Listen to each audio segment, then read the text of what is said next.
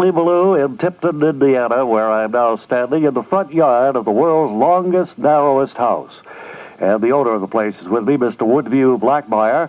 And I wonder if you'd tell our audience a little about this unusual home of yours, sir. Well, there's not much to tell, really. In fact, the only unusual thing about it is that it's 23 inches wide and not quite a mile long. Had you built a house with those dimensions on purpose, I suppose? Yes, we built the house on purpose. We just bought the lot by mistake, you see. The wife and I saw this ad in the paper for a 10,000 square foot lot that only cost $150. Well, it sounded like such a bargain that we bought it sight unseen. And it wasn't until we got here that we found out it was 5,000 feet long and 2 feet wide. Well, you decided to build a house on the property anyway, right? Yeah, the more fools we. Would you like to squeeze inside and look around? Yeah, I'd like to very much. You lead the way. I'm sure we'll have to go Indian file, huh? Yeah, even our year-old twins can't go side by side without getting wedged in between the walls.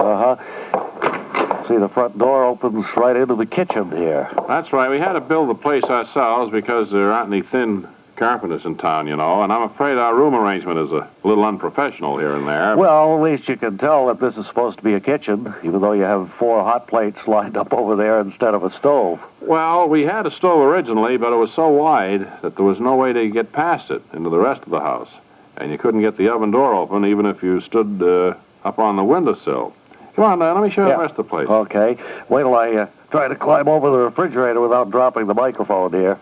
Listen, I'd appreciate it if you'd slip your shoes off, too. The bedroom is next, and it's so narrow, you have to walk over the bed to get through. Well, this is quite a bedroom. It must be a block long, isn't it? Well, we have quite a large family, so we had to allow room for 16 single beds to be placed end to end. Actually, the only trouble with this room is that we had no place to put the closets except in the ceiling.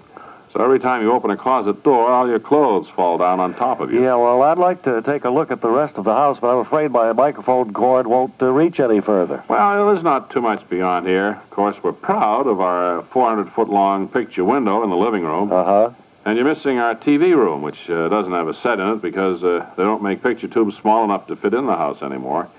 And I'd have liked for you to have seen the game room. I think it's the only one in existence where you have to play ping pong sideways off the wall. Well, maybe we could see all that next time. What's the shortest route to get out of here? Well, I'd say you're right about in the middle now. The front and back doors are each around about a half mile from here. And no matter how you do it, you've got a brisk 10 to 15-minute walk ahead of you. Well, don't bother seeing me out then. I'm sure I can't get lost, for there's no possible way to make a wrong turn. Thanks for your hospitality.